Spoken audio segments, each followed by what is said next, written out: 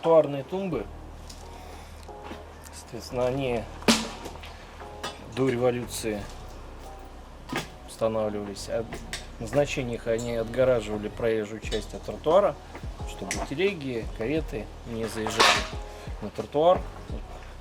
Современные бордюры.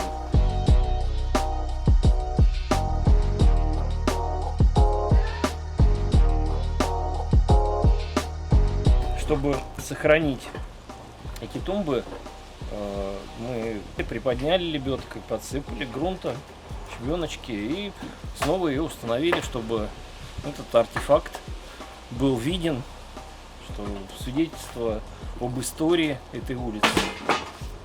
Потому что время стирает, к сожалению.